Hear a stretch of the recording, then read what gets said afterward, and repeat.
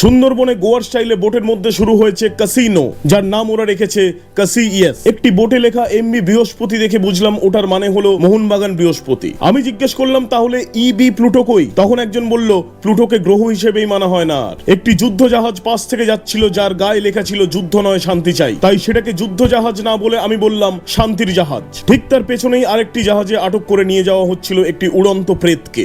নেমেই দেখতে পেলাম হ্যামিল্টন সাহেবের বাংলো। আমি দৌড়ে গিয়ে জিজ্ঞেস করলাম, হ্যামিল্টন বাড়ি আছো? সেটা শুনেই ভেতর থেকে অবনী বেরিয়ে এসে গেটে যমজতালা ঝুলিয়ে দিলেন। হ্যামিল্টন সাহেবের বাড়ির নিচে পার্কিং লটটা দেখে বুঝলাম উনি আসলে বেবি কারগুলো চালাতেন, যদিও এখন সেই পার্কিং এ কেউ মজা করে মাটনের ব্যবসা শুরু করেছেন। ওখান থেকে বেরিয়ে দেখতে পেলাম লেখা আছে যে কোনো ডুবুরি জলে নেমে হারিয়ে গেলে একটি বিশেষ নম্বরে ফোন করে জানানোর জন্য। হোটেল ম্যানেজমেন্ট করা এক সায়েন্টিস্টকে দেখলাম, যিনি টারবাইন ঘুরিয়ে আখের রস থেকে বিদ্যুৎ তৈরি করে তাক লাগাচ্ছিলেন মানুষকে। তার পাশেই আরেকটি বাংলো দেখলাম যেখানে বেকন বিক্রি হয়। বেকন খেতে ঢোকার মুখে ছাতা দেখে একজনকে জিজ্ঞেস করি, ভেতরে বৃষ্টি হচ্ছে নাকি?